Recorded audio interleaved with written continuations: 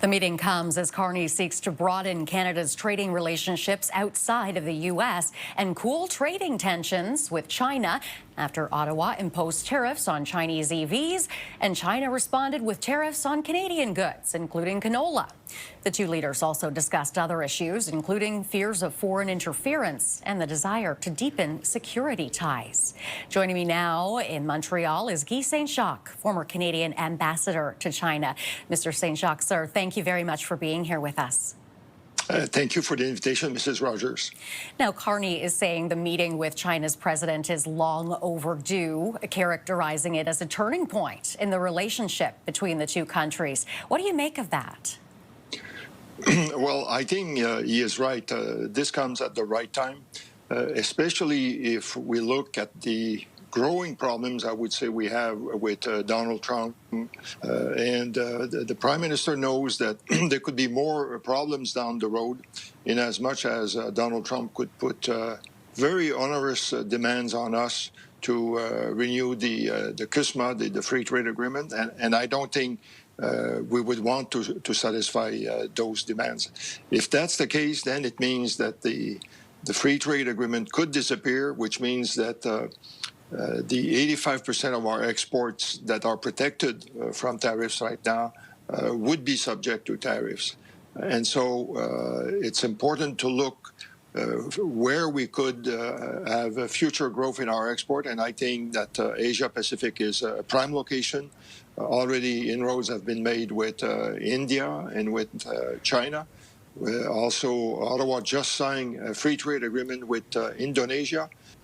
We are negotiating a free trade agreement with the ASEAN countries.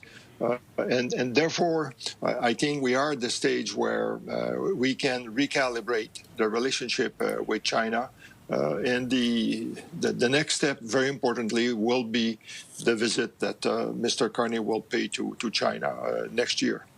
Yes, that is the invitation for a state visit you're referring to that Carney accepted.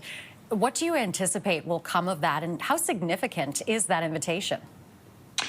Well, it's very significant because if we talk of trying to recalibrate the relationship, I think it will afford enough time to discuss all the major issues, not only trade and economic issues, but also human rights, freedom of expression, religious freedom, Chinese interference in Canada, which was addressed briefly when the two leaders met in Korea. And I think in terms of next step, we know that the Minister of Agriculture was in the region. The Minister of International Trade will travel.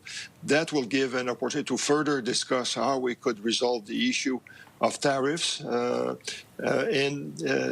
Presumably, if the visit to China takes place in the first part of next year, obviously, one major goal would be to have an agreement on how to resolve this problem of tariffs so that our exports of canola, of pork, of seafood could resume. And of course, I would expect that the tariffs on Chinese electric vehicles will go down. That is something else that Carney will have to navigate through all of this. We'll have to leave it there. Thank you very much, Ambassador. Thank you. That is Guy Saint-Jacques, former Canadian ambassador to China.